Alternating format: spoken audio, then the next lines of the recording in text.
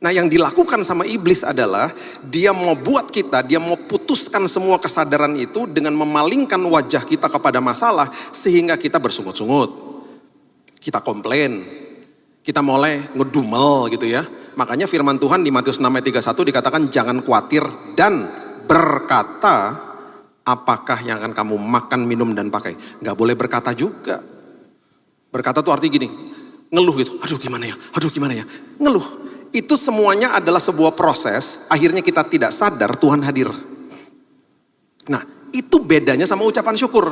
Ucapan syukur kita sedang memalingkan wajah kita kepada kehadiran Tuhan dan kita sadar Tuhan hadir, disitulah kita bertemu face to face. Hadiratnya kita bisa nikmati sama hidup kita. Itu adalah kuasa di balik ucapan syukur. Jadi walaupun ada masalah ya, kita bilang gini, gak apa-apa Tuhan, Engkau baik. Engkau lebih tahu dari aku. Apapun yang terjadi pasti membawa kebaikan bagi aku. Walaupun aku gak lihat kebaikan hari ini. Tapi kan aku anakmu, aku kan ahli waris. Aku kan orang yang punya hak penuh atas semua janjimu Tuhan. Itu posisi hidup aku gak mau dibohongin sama iblis. Tuhan apapun yang terjadi hari ini, walaupun dengan tangisan Tuhan, aku mengucap syukur, Engkau baik, Kau dahsyat, Kau luar biasa. Oh kita sadar dia hadir. Makanya hati-hati sama kebohongan iblis. Makanya hati-hati dengan sebuah komplain atau bersungut-sungut. Makanya banyak orang Kristen, aku gak bisa rasa hadirat Tuhan, aku gak bisa rasa hadirat Tuhan. Ya begitu soalnya. Kan ironis, dia hadir tapi kita gak rasakan hadirat. Akhirnya kita tidak hidupnya maksimal karena kita gak tahu dia hadir. Apalagi kalau kita baru berbuat kesalahan. Kita dibohongin sama iblis. Oh Tuhan tinggalin kamu dan lain sebagainya. Oh gak pernah. Makanya kuk yang kupasang ringan.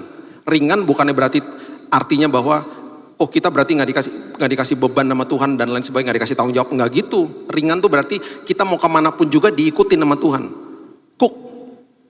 Makanya kuk itu dipasang di atas lembu, itu kalau lembunya mau ke kanan, petaninya mau ke kiri, dipecut lembunya, ditarik ke kiri. Tuhan nggak pernah paksa kita. Kuk yang kupasang ringan, dia gandeng kita begini, terus dia bilang begini, nak jangan ke kanan nak, itu jalan yang salah. Terus kita ngeyel gitu loh. Enggak, saya nggak mau, dia kan kebebasan memilih. Dan Tuhan gak pernah paksa. Perjalanan ke Emmaus, udah sampai di rumahnya, dia berbuat seolah-olah ingin meneruskan perjalanan. Dia gak pernah paksa.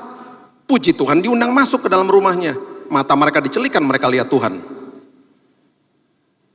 Kuk yang kupasang ringan, dipegangin pundak kita. Terus kita jalan yang salah toh, kita ke sana. Terus dia bilang gini, kamu dikasih tahu loh, kamu jalan ke sana. Oh yaudah sana lagi sendirian. Dia gak pernah gitu. Kita jalan yang salah, didampingin sama dia karena tidak ada siapapun dan apapun yang sanggup memisahkan kasihnya kepada kita.